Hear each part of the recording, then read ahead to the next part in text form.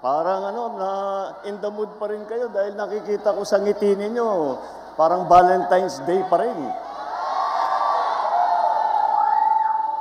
Sana ang pagmamahal na ipinapakita natin pag Valentine's Day, wag lang naman sana sa araw ng puso. Dapat araw-araw natin ipinapakita yan. Yan po ang pangako ng ating mga kandidato.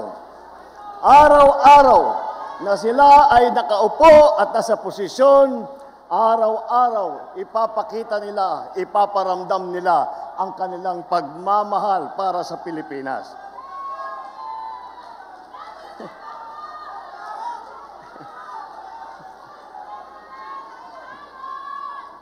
Alam niyo po, nakakagulat kung minsan na ay pagka nagsimula ulit ang halalan, ang campaign period, nagugulat po kami na parang napakabilis. Ngunit nandito uli po tayo. Ngunit, alam niyo po, kahit na national lang ang nagsimula ngayon at nandito ang ating mga national candidate, meron po tayong kasama na kumpleto na ticket sa buong Pilipinas na siguro mga 18,200 ang kandidato ng alyansa. At yan po ay buong buo, solid na solid, kagaya po ng ating mga kandidato para sa senador. Bakit po ganun? Bakit yung ibang partido, bakit yung ibang magnagsasama ay hindi makapagbuo ng mabigat na tiket?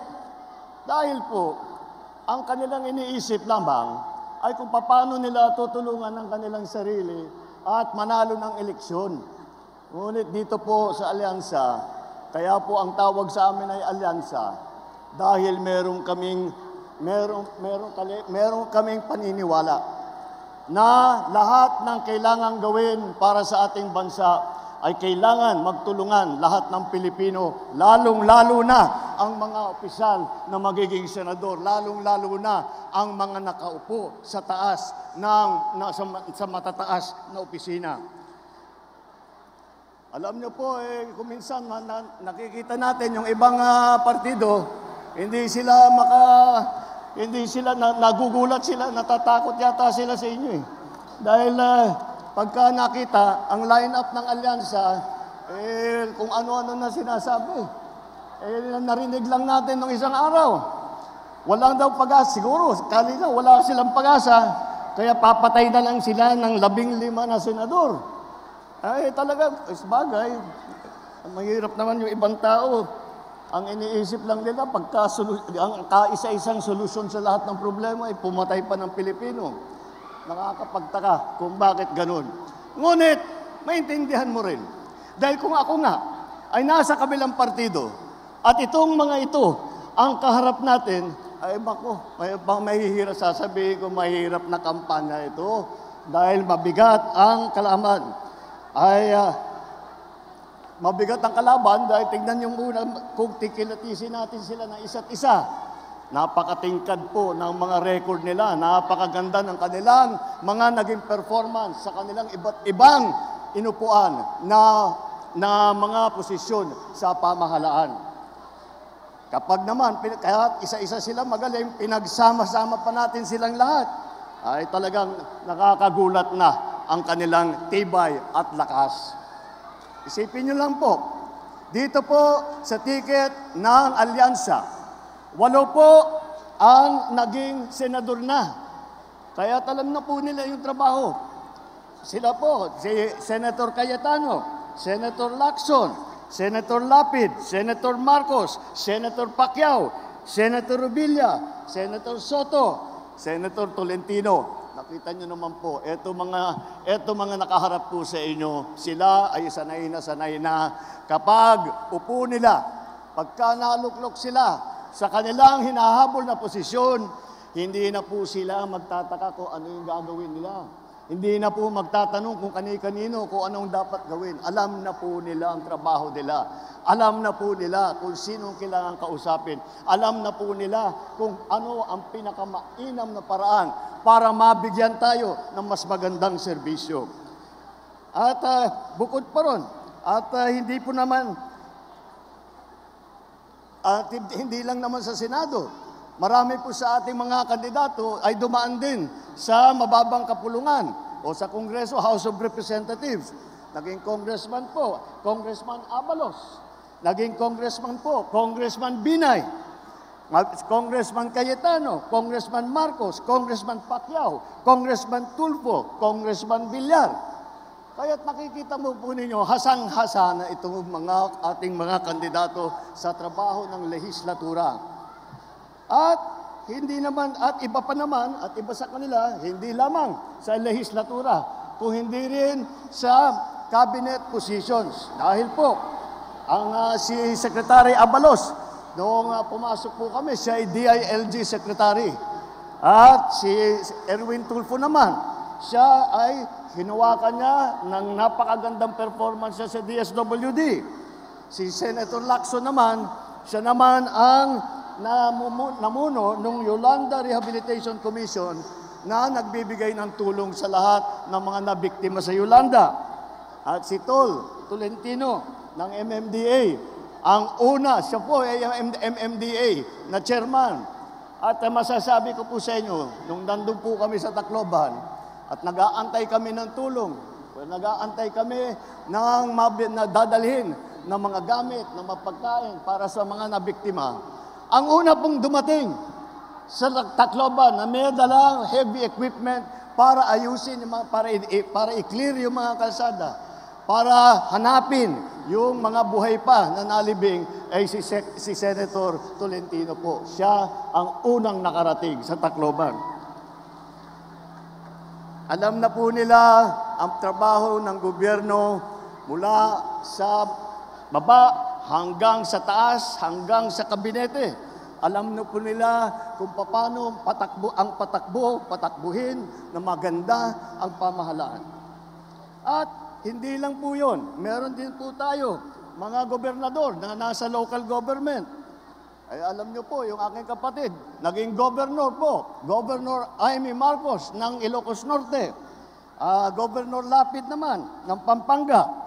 Governor Bong Revilla ng Cavite, puro mabibigat na probinsya na nagawa nila ng magagandang progreso. Kasama din ang mga mayor, city mayor po. Dito, kasama rin dito mga city mayor po. Unang-una, si Benhur Abalos po, matagal na mayor po ng Mandaluyong yan.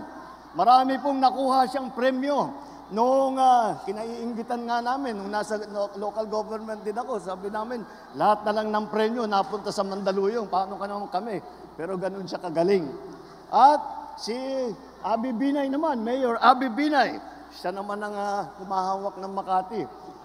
Hindi po simple yun dahil ang Makati ang pinakamayaman na lungsod sa buong Pilipinas. Kaya nakita natin, sa kanyang trabaho, pinasikat niya ng gusto.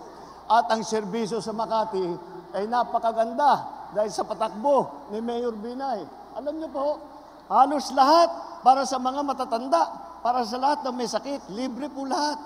At saka pag umabot ka ng 100 years old, bibigyan ka pa ng cake. Talaga naman, nakita mo kung gaano kaganda ang patakbo ng ating mga kandidato rito. At hindi po makakalimutan ang boses ng kababaihan. Dahil apat po sa kandidato natin ay babae na hindi lang na dahil lang babae sila ay maaasahan. Hindi po. Kilala ko po sila lahat. Lahat po sila ay napakatapang. Sila po ay masigasig na ipaglalaban ang karapatan ng ating mga kababaihan. Magkakaroon ng malakas na boses sa Senado para sa kababaihan. Pagdating naman, kung saan sila nanggaling, ay iba-iba po nanggaling. Baka sabihin po ninyo, alam lang nila yung Maynila. Alam lang nila yung Luzon. Hindi po totoo yun.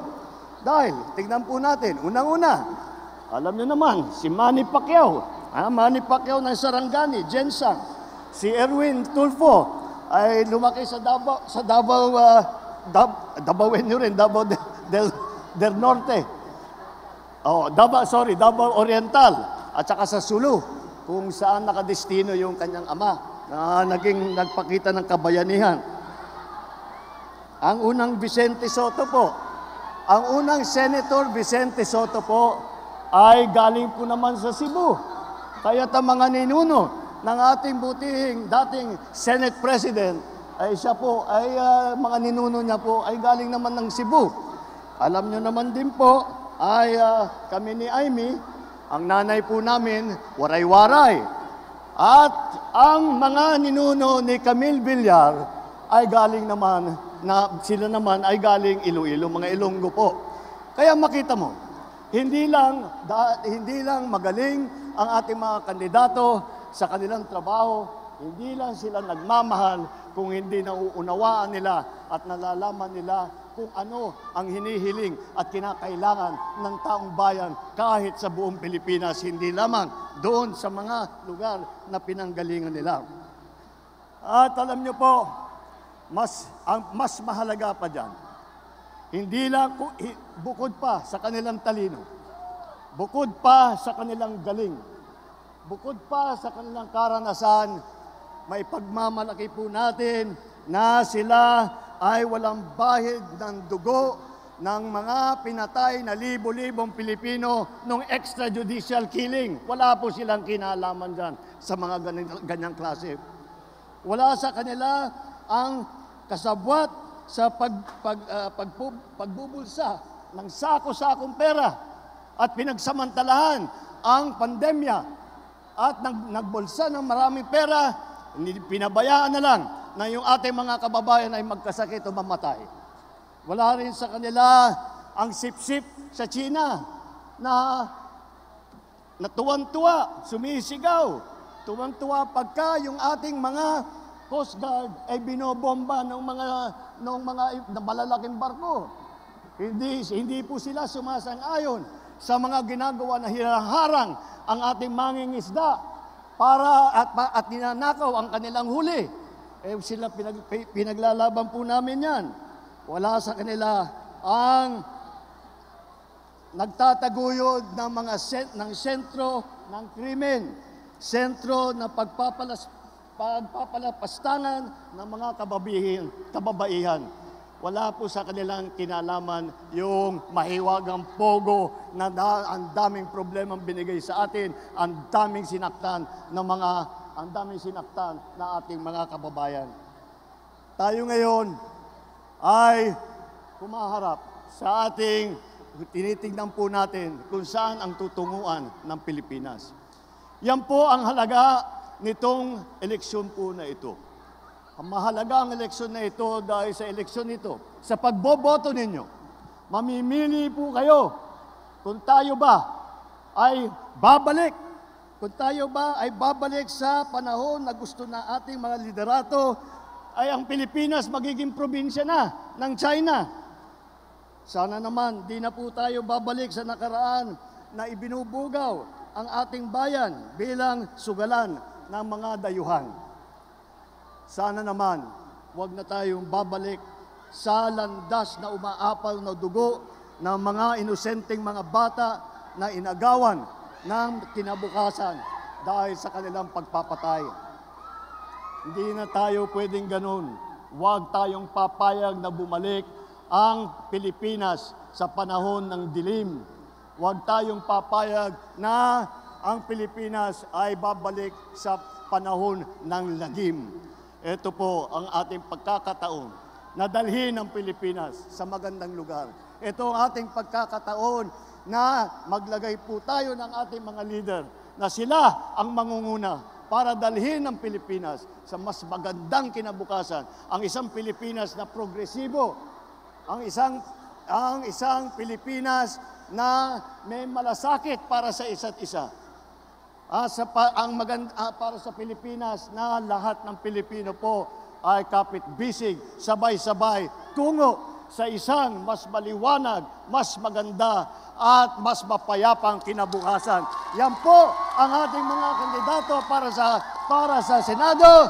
Ito po, mabuhay ang alyansa ng bagong Pilipinas!